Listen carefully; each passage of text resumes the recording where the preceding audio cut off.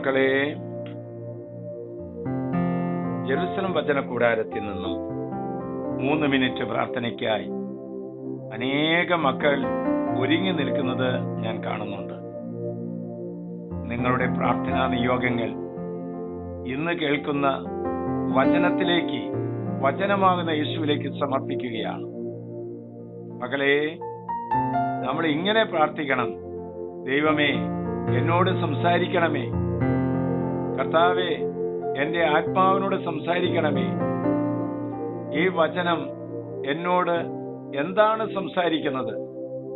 ശ്രദ്ധയോടെ കേൾക്കണം, ശ്രദ്ധ വെച്ച് കേൾക്കണം. ആന്തരികമായ നേത്രങ്ങളും ആന്തരികമായ കാതുകളും തുറന്നു തരണമേ എന്ന് പരിശുദ്ധാത്മാവിനോട് പ്രാർത്ഥിക്കണം. ഇതാ കർത്താവിന്റെ വചനം നമ്മുടെ ഹൃദയത്തിലേക്ക് തട്ടി വിളിക്കുന്നു.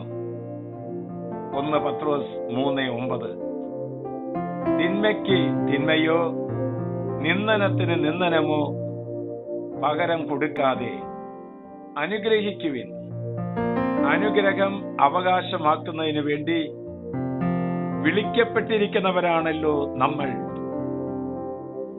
മകളെ, അനുഗ്രഹം അവകാശമാക്കാൻ വചനമാകുന്ന യേശു പറയുന്നു: തിന്മയ്ക്ക് തിന്മ ചെയ്യാതെ അനുഗ്രഹിക്കുവിൻ.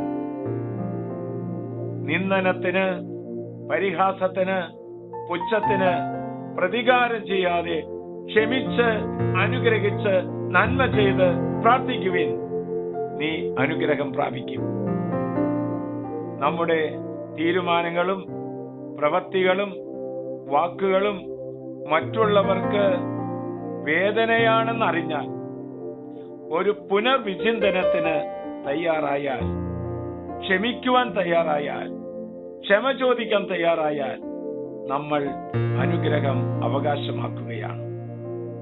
എപ്പോഴും കോപിക്കുകയും പൊട്ടിത്തെറിക്കുകയും പരുക്കനായി പെരുമാറുകയും പുച്ഛിക്കുകയും കുറ്റപ്പെടുത്തുകയും ചെയ്താൽ അനുഗ്രഹം നഷ്ടമായി പോകും.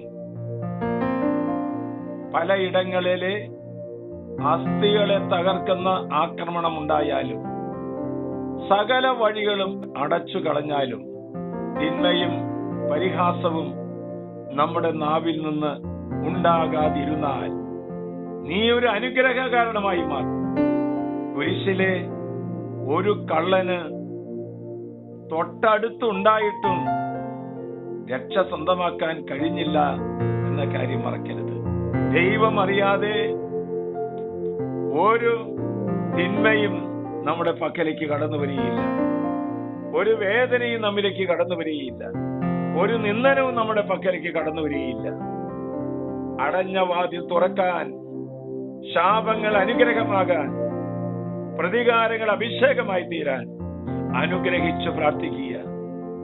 തിന്മയ്ക്ക് തിന്മ ചെയ്യാതെ, നിന്ദനത്തിന് പകരം നിന്ദിക്കാതെ അനുഗ്രഹിച്ച് പ്രാർത്ഥിച്ചാൽ അനുഗ്രഹം അവകാശമാക്കി തീർക്കാം.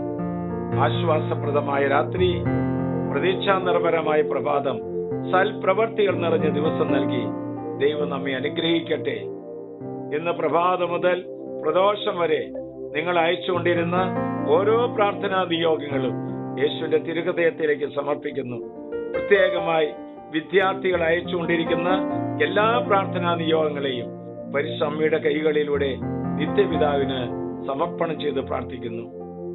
നമ്മുടെ കർത്താവ് ഈശോ മിശിഹായുടെ കൃപയും പിതാവായ ദൈവത്തിന്റെ സ്നേഹവും പരിശുദ്ധാത്മാവിന്റെ സഹവാസവും നാം എല്ലാവരോടും, നമ്മുടെ പ്രാർത്ഥന കൂട്ടായ്മയോടും, ഇത് ഷെയർ ചെയ്യാൻ കാത്തിരിക്കുന്ന എല്ലാ മക്കൾക്കും ഇരട്ടി അനുഗ്രഹം നൽകി അനുഗ്രഹിക്കട്ടെ, ഇപ്പോഴും എപ്പോഴും എന്നേക്കും.